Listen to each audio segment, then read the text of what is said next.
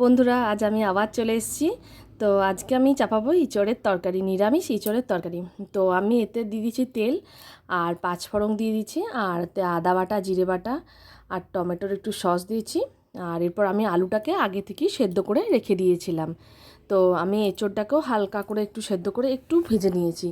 তো এরপর আমি এঁচড়টাকে দেওয়ার আগে আমি আলুগুলোকে একটু ভালো করে কষে নেবো, যাতে তরকারিটা খেতে স্বাদ হয়। তা আমি অল্প পরিমাণ চিনিও দিয়েছি, কেননা একটু না মিষ্টি দিলে ভালো লাগে না, অল্প একটু মিষ্টি দিয়েছি।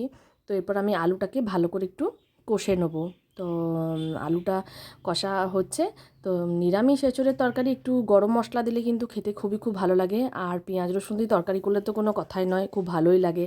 তো আমি নিরামিষই আজকে করছি, কেননা আমাদের বাড়িতে নিরামিষটা একটু বেশি রান্না হয়, তারপর তো আমিষ তো হয়ই। আর এরপর আমি এঁচড়টাকে একটু ভালো করে নাড়াচাড়া করে কষে একটু ঢাকা দিয়ে দেবো।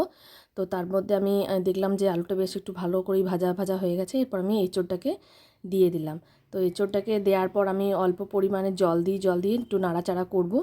তো আলুটাকে খুব একটা কিন্তু সেদ্ধ করিনি, হালকা করে একটু ভাপিয়ে জলটা ফেলে দিয়েছি। আর এঁচড়টাকেও তাই, কারণ এঁচড়টাও এখন নরম আর আলুগুলো গলে যাবে বলে আমি বেশিটা খুব একটা বেশি করে সেদ্ধ করিনি। তো আমি এরপর ভালো করে একটু নাড়াচাড়া করে নিলাম। আর অল্প অল্প করে একটু করে জল দিতে হবে, তাহলে কি যাতে না ধরে যায়। আর আমি এরপর হালকা একটু জল দিয়ে ঢাকা দিয়ে দিয়েছি। তো এরপর ঢাকাটা খুলে আমি আবার একটু নেড়ে নিলাম। তো দেখছি যে পাশ দিকে একটু একটু জল রয়েছে, আর আমি এই পাশে তরকারিটা স্বাদ হওয়ার জন্য গরম জল চাপিয়ে দিয়েছি।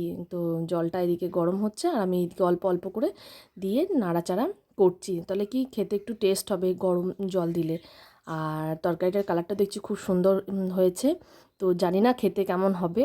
তো এরপর আমি এটাকে একটু হালকা করে জল দিয়ে দেবো। তো আর ঢাকাটা এরপর আমি আবার দিয়ে দিলাম। তো এরপর আমি দেখছি যে এটা ফুটেই এসছে। তো আর পাশে আমি দুধ গরমটা চাপিয়ে দিলাম। তো দেখছি এঁচোড়ের তরকারিটা বেশ বা কালারটা কিন্তু বেশ ভালোই সুন্দর হয়েছে। তো নামানোর আগে আমি এতে দিয়ে দেবো একটু গরম মশলা, আর আমি কি লঙ্কা, কাঁচা লঙ্কা দিইনি, আমি একটু লঙ্কার গুঁড়োই দিয়ে দিয়েছিলাম, আর একটু শুকনো লঙ্কা ভেজে তুলে রেখেছিলাম আগেই। তো ছেলেটা ঝাল খেতে পারবে না বলে, তো এরপর আমি ওরটা তুলে নিয়ে আমি লঙ্কাটা এরপর আমি এর মধ্যে দিয়ে দিয়েছি। তো দেখছি যে লঙ্কাটাকেও একটু চটকে দিলাম, তাহলে কি একটু ঝালটা ভালো লাগবে। তো আমি এরপর ভিডিওটা আজ এখানেই শেষ করলাম, দেখা হচ্ছে নেক্সট ভিডিওতে। টাটা।